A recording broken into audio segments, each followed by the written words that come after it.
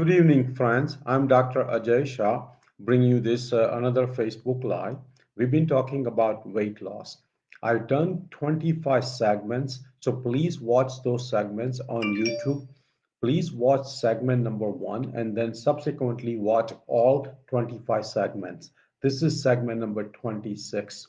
Segment one has been watched almost 1100 times, so please watch segment one and then watch all the 25 segments. Let's start with 26 segment. Uh, I was reading about obesity and its complications. One of the major complications of obesity is Alzheimer's disease and vascular dementia. People who are obese, that means body mass index above 30, have very high chance of developing Alzheimer's disease and dementia and memory loss. And that can start to happen as early as age 65 or 70. So reversing obesity, losing weight, and getting to the lean body mass index is very important to prevent Alzheimer's disease and dementia. Also, when obesity is there, chances of type 2 diabetes is also very high, which also predispose you to having Alzheimer's disease and vascular dementia. So definitely, if you or your loved one has a history of Alzheimer's disease, prevent obesity by all means, lose weight, get to the lean body mass index. And we have talked about what is the ideal body mass index. For American, for white and African American, body mass index of 22 actually is ideal. Even though body mass index of 25 is considered normal, below 25, in my opinion, BMI of 22 is ideal for longevity and for the longest healthy life. So have body mass index of 22 or below. Um, I also want you to watch one documentary that's already available on Netflix. It's Forks Over Knives. That's also available on YouTube. And if you go to Forks Over Knives website, it's available at no cost to you. If you are in serious business of losing weight, please watch Forks Over Knives documentary. One of the most important documentary if you want to lose weight. Uh, there was also another question on Facebook, the role of some of the newer meat substitutes like Beyond Burger and Impossible Burger and some of the other meat substitutes. The, the processed meat substitutes which are available into the stores are a reasonable transition food if you are eating into meat burgers or beef burgers, but they are not, in my opinion, as healthy as making your own bean burgers at home. Some of the meat substitute which are made into factories have very high fat content, the very low fiber content, and they're very processed food. There are many other ingredients which are not natural ingredient. So if you like the burgers, have bean burgers made at your own house. My wife has a recipe on some of the most tasty bean burgers. You can make it at home in like less than 45 minutes. So please watch that on YouTube. It's already available on my YouTube channel, how to make bean burgers at home. I sincerely believe in whole food, plant-based, no oil diet. But obviously, if it's difficult for you to go 100% vegan and 100% whole food, plant-based diet, no oil diet, then try the best you can. Definitely cut down on animal products as much as possible. Earlier you get to the whole food, plant-based, no oil diet, and earlier you become vegan, quicker you will lose weight, quicker you will get healthier and reverse many chronic disease. So definitely try your best to cut down on animal products. Definitely animal products should be less than 10% of your calories. Um, I also actually have a simple program for some of you who are not ready to go 100% whole food, plant-based, no oil, vegan diet, and also want to lose weight. I have a simple program for you. So let me tell you that program. You don't have to change any of the food you eat except following things: 2 glasses of water before each meal.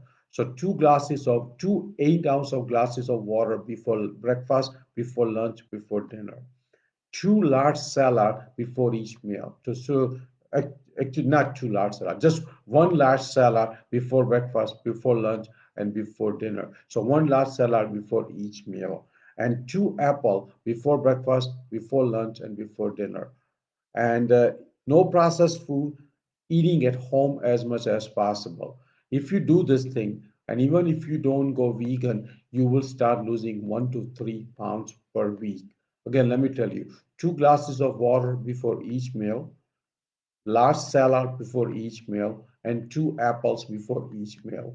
If you just do these three things, you will start losing 1 to 3 pounds per week. Trust me, very simple. Again, you don't have to go vegan, just do these three things and you will start losing weight.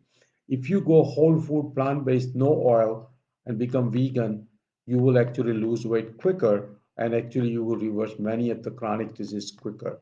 But if you just follow what I just explained you still will lose weight. I also want you to understand the concept of microbiome. Microbiome are the bacteria which stays on our body. Mostly they are into our colon and into the intestine. And the bacteria in colon has a many beneficial effects on our body. They actually digest the soluble fiber which we eat in our diet and make many useful chemicals and substances. And to feed those healthy bacteria in the colon, we need to eat soluble fiber. And I'm sure you learned from my previous segments, fiber only comes from plant based food. Animal products have no fiber. So if you want to improve your microbiome, which is the most important thing to do to stay healthy, is to eat soluble fiber. That means eat a lot of plant based food, whole food, plant based food. Processed food has a less fiber and less water. So if you want to have more fiber, eat as much whole food, whole plant-based food as much as possible. Uh, I have a separate video on fiber and healthy microbiome on YouTube. It's about half an hour long. Please watch that video on microbiome and fiber on my YouTube channel, Healthy Living with Dr. Ajay Shah. Please subscribe to our channel. If you are watching this on YouTube, please like our Facebook page, Healthy Living with Dr. Ajay Shah. Share this video if you are watching live to see if your friends and family can benefit. Um, you can actually also reverse heart disease if you go on a whole food, plant-based, no oil diet. In 1990, Dean Ornish did a study where patients were given whole food, plant-based, no oil diet. They were mostly given a vegan diet. They were asked to just move regularly, do some minor exercise, including 15 to 30 minutes of walking, some stress management, and not smoking, and they actually were able to reverse the heart disease. So imagine if you do whole food, plant-based, no oil diet with more vigorous exercise, obviously after clearing from your doctor, and doing some stress management, adequate sleep, you can actually reverse the heart disease much quicker and much more effectively than even what Dean Ornish did. So definitely we have proof from Dean Ornish study that you can reverse the heart disease if you lose weight and if you eat whole food, plant-based, no oil diet. So follow up on that Dean Ornish study. You can Google it and you realize that heart disease can be reversed. Um, Let me tell you my thoughts on carbohydrate. Right now, there is a big craze going on in terms of eating less or no carbohydrate. Keto diet is the fashion right now. Everybody, including many of my patients, want to go on a keto diet. Keto diet has mesmerized millions of Americans. There are more books on keto diet sold on Amazon than any other book. There are more YouTube videos on keto diet. There are more doctors talking about keto diet. Let me tell you in one sentence, keto diet is not healthy for you. Keto diet may give you few pounds of weight loss in a week or 2 or 3 weeks because it's mostly water loss and mostly loss of glycogen. So you may lose 3 to 5, even 8 pounds in 2 3 weeks, and you might get uh, happy that you lost that much weight in 3 weeks. But let me tell you one thing, your cholesterol probably would go up, your heart disease probably would get worse. Keto diet has a lot of saturated fat and has a very minimum carb. So keto diet is definitely no. And most people on keto diet not only gain all the weight back in 3 to 6 months, but they actually end up losing muscle mass. They don't have energy. So definitely avoid the keto diet as much as possible. When we talk about carb, I definitely want you to avoid all refined carb, all processed carb, and all the sugar. So I agree, carb needs to be avoided, but only certain type of carb. Matter of fact, I want you to eat more carb, but only whole food, plant-based, complex carb. All whole food, plant-based, complex carb. So avoid refined carb, avoid sugar, avoid processed carb, but don't make carb your enemy. Matter of fact, make carb your friend.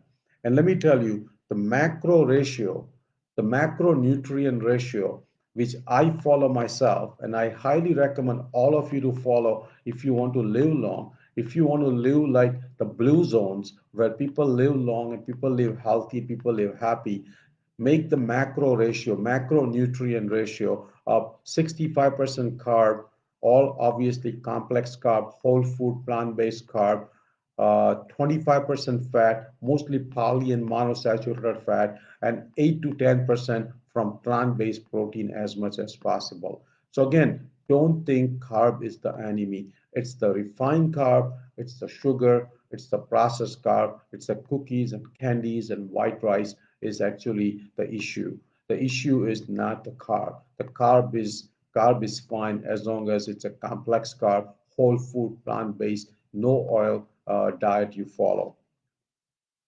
Uh, when you eat any carb which has a low fiber, and typically those low fiber carbs are processed carb, uh, refined carb like white rice, white bread, all those things are actually the one which I have a concern. But when you eat any carb with tons of fiber, which typically comes from whole food, plant-based diet, that those carbs are fine. That means eating lots of raw green vegetables, lots of water cooked green vegetables, lots of intact grains, and I have a separate segment on intact grains, which I did it just the last segment. Eating lots of well cooked beans, legumes, and lentils, and eating lots of fruits. If you do that, you'll be fine with the carb. So understand, carb is not the enemy. It's a type of carb I want you to avoid. And remember one thing, no keto diet, no keto diet. Other thing I want you to understand that many of us, including myself, we have had a myth that you can exercise after eating a cheat meal or a cheat bite. For example, a person may have a French fries or a donut or a burger and think that in the evening I will run few miles and I will be fine. But let me tell you a shocking statistic. You cannot outrun or you cannot out exercise a bad diet. When you eat just one donut that has a 3 to 500 calorie, you have to run 3 to 5 miles, and nobody runs 3 to 5 miles. Average steps an American takes is only about 2 to 3 thousand per day, and that's like mile and a half per day. So most Americans walk less than 2 or 3 miles, and most Americans don't jog or run. So if you have a cheat bite, let me tell you, you will never be able to burn that calorie off. So it's better you just don't eat that calorie dense food with lots of fat, lots of oil, lots of meat products, lots of animal products, lots of processed food. Try to eat low calorie dense food, low calorie dense food. And again, I want you to understand the concept of calorie density. If you want to lose weight, you have to understand concept of calorie density. I have only 4 minute long video on calorie density. So watch that video. It's already on YouTube. I want you to watch 1 hour long video by Chef AJ on calorie density. There's also another video by Melissa Alexandria. I just came to know about her today. She also has a YouTube channel. She has a great videos. So watch her videos. There's also videos by Plant-Based Kiki. She also has some great videos on calorie density. But if you just want to spend only 4 minutes, watch my video on caloric density. It's already available on YouTube. Just go to my channel, Healthy Living with Dr. Ajay Shah, and watch that video on caloric density. If you want to lose weight, understand caloric density and follow the caloric density concepts in your choice of your food items and choice of your meals. So again, caloric density, very, very important concept to understand and follow. The next thing I want you to understand that when we talk about uh, eating whole food, plant-based, no oil diet, many people, including many of my patients, feel that that must be very hard thing to do. Only a rare person can do it. But let me tell you, that's not the case. There are thousands and millions of people who do it even in America. It's not a concept only followed in blue zone. There are a lot of millions of people follow in America. And one of the group of people are Seventh-day Adventists. And there is a large population of Seventh-day Adventists in Loma Linda, California. And Loma Linda is one of the blue zone of the world where people live long, people live healthy, people live happy. Matter of fact, Seventh-day Adventists, vegan, who are typically whole food, plant-based, no oil following people, they live actually 10 years longer than an average American, and they are much more healthier up to age 80, 90, and 100. They are on much less medications, they need much less procedures, they are much more healthy and happy.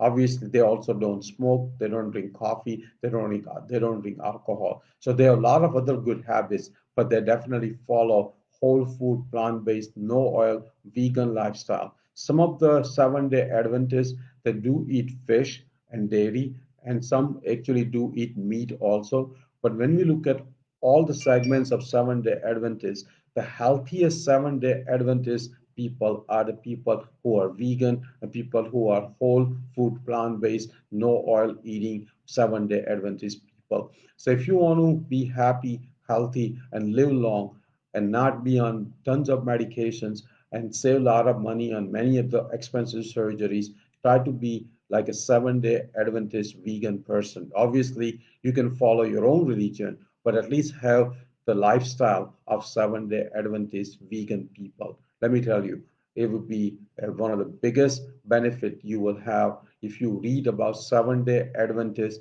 vegan people and their lifestyle and their daily habits. So please follow up on 7 day Adventist vegan population. There's also another concept I want you to understand, and that's about receptors in the stomach. Our stomach is the organ where all the food goes in after we eat. And stomach actually start digesting the food. Stomach actually keeps the food for some time so it can get digested and it can get and the acid in the stomach starts working on it. So again, stomach is an important organ after we put the food in our mouth. Stomach has three type of receptors. One is a stretch receptor, one is a calorie receptor, and one is a micronutrient receptor. Stretch receptor gets stretched when we eat volume of food. And those stretch receptors send signals to the brain that we had enough food, stop eating now. So if we eat 1 to 1.5 pound of food, our stomach stretch receptors will be stretched and brain will get the signal to stop eating the food. So that's important. We stretch our stomach stretch receptors. So we need to stretch the stretch receptors in the stomach. Imagine if you eat high calorie dense food, for example, if you eat nuts, or if you eat seeds, or if you eat processed food, or if you eat oil, or if you eat animal products, that has more than 2,000 calories per pound. So in very small quantity in the stomach, you will have tons of food and your stretch receptors in the stomach will not be stretched and you will keep eating those calorie dense food and you will end up consuming thousands of calories before your brain knows that you need to stop eating. You need to stretch your stretch receptors in the stomach by eating low calorie dense food, which has a lots of water and lots of fiber. And those things come from whole food, plant-based diet and no oil diet. And that's actually raw and water cooked vegetables. That's actually intact grains. That's actually cooked beans and legumes and lentils. That's actually fruits, and that's actually starchy vegetables. So try to eat as much low calorie dense food to stretch your stomach receptors so your brain will get a signal to stop eating. The second type of receptors are caloric receptors. When you eat adequate amount of calories, your caloric receptor in the stomach sends signals to the brain that you had adequate calories. And those caloric receptors can be fooled. And I'll explain you how you can do that. That way you can eat low calorie and still your brain will think that you had adequate amount of food. And the third type of receptors are micronutrient receptors. Our body, every cell in the body craves for micronutrient. When you don't have adequate amount of micronutrients, that means minerals and vitamins and phytochemicals, your body keeps craving for those food, including whole food, including plant-based food, because plant-based food gives you the most micronutrient. So when your stomach's receptors for micronutrient don't see enough micronutrients, your brain keeps sending the signal to eat more and more food until micronutrients are achieved.